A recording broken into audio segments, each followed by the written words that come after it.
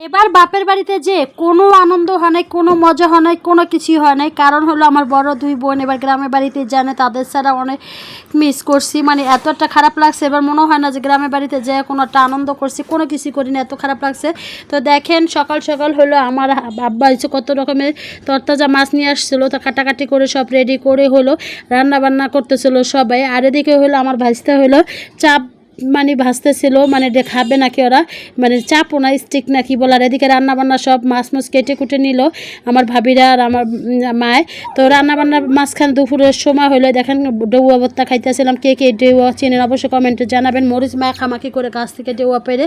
আর দেখেন গাছ পাকা কাঁঠাল যে আজকে কয়টা কাঁঠাল খাইছি ওদিনকে, মানে 3-4টা কাঁঠাল খাইছি। দেখি গাছের ভেতরে পাইকে পাইকে রয়েছে, আর যেহেতু ছোটো ছোটো কাঁঠাল, মানে এত মজা লাগতেছিল। আমি ঘর রুমে বসে বসে কাঁঠাল একা একাই ভেঙে খাইতেছিলাম যে দেখি। আর এরকম আমার ফার্স্ট কাঁঠাল খাওয়া ছিল মানে গ্রামে যাওয়ার পরে। এই বছরের এই সিজন এত মিষ্টি, এত রসালো গাছের কাঁঠাল। আর এদিকে তো মা হলো দুপুরের জন্য রুটি আর গরুর মাংস রান্না করছিল। তো আমি হলো সিঁড়ির সামনে একটু নিয়ে গেলাম, সিঁড়ির সামনে নিয়ে যাওয়ার পরে একটু ভিডিও করে আর পরে একটু খাইতেছিলাম। আসলে মায়ের হাতে খাবার অতুলনীয়, এত মজা লাগে এই খাবারগুলা, মানে অনেক ভালো লাগে। তো খাওয়া দাওয়ার পরে হলো মা বলতেছিল আমার চাচি কিছু শাক চাইছে, তো চাচির জন্য আবার কিছু শাক তুলতে গেলাম। আমাদের এরকম শাক শুক নিয়ে আসছিলো সকালবেলা। পরে হলো মা বলতেছে যাই, যেহেতু আমার এই জায়গাটা টুসছে, আমাদের এই জায়গাটা একটু দূরে, তো মা চাচির জন্য শাক তুলে নিলাম অনেকগুলা। দুপুর সকাল আমার মা কলম তত্তাজা অনেকগুলো শাক নিয়ে আসছিলো। আর দেখেন আমাদের বাগানটা মাশাআল্লাহ অনেক কিউট, এত সুন্দর, প্রত্যেকটা গাছে সব শাকসবজি ভরা। আর এদিকে এক বাড়ির সামনে দেখেন কত সুন্দর রঙন প্রতি ফুল হয়ে রয়েছে। আর এদিকে হলো আম মাখামাখি হবে। তো আম গাছে থেকে পারছি, দেখেন 4টা কত বড় বড় আম, দেখেন বাকিটা ইতিহাস। আম খাইতে যেয়ে তো এককাল বাকিটা ইতিহাস হয়ে গেছে। তো আম কাটাকাটির পরে এত ঝোগা ঝোগা পোকা পোকা বের হয়েছে। তো আম কাঁঠাল কলম একসাথে, আসলে এই সিজনে কলম গ্রামের বাড়িতে গেলে অনেক ভালো লাগে। কারণ গ্রামের বাড়িতে ভালো লাগে কি, গ্রামের বাড়িতে চারিদিকে আম কাঁঠাল একার ভর্তি।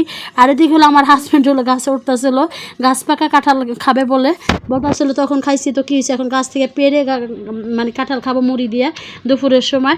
আর এদিকে দেখেন ওই যে ওই আমগুলো দেখেন কাটাকাটির পরে গাছের আম, এত বড় বড় আম কেউ কি বিশ্বাস করবো যে এরকম পোকা, কিন্তু আমগুলো এখন খেতে অনেক মিষ্টি। মা বলতেছিল এবছর প্রথম হয়েছে গাছের আম, আর কিন্তু এই অবস্থা। আর দেখেন ওই পোকা আমরা কী করবো। আর মা বলতেছিল গাছের থেকে যে কটা আছে সব পেরে ফেলাইতে, আমার হাজব্যান্ড হলো গাছে সবগুলোই পেরে ফেলাইতেছিল। পেরে ফেলানোর পরে আবার কিছু কাইটা কুইটা পরে একটু বত্তা করছিল। আর এদিকে দেখেন আমার হাজব্যান্ড যে কাঁঠালগুলো পারছে, ওর ভিতরে একটা কাঁঠাল একবার গাছ পাকা হয়ে গেছে। মানে এত মিষ্টি এই গাছের কাঁঠালগুলা, আর এত রসালো, আর বিশেষ করে এত একটা গ্রান, মানে একবার কাঁঠাল ভাঙলে মনে হয় একবারই থেকে 3বারই শোনা যায় এরকম একটা গ্রান।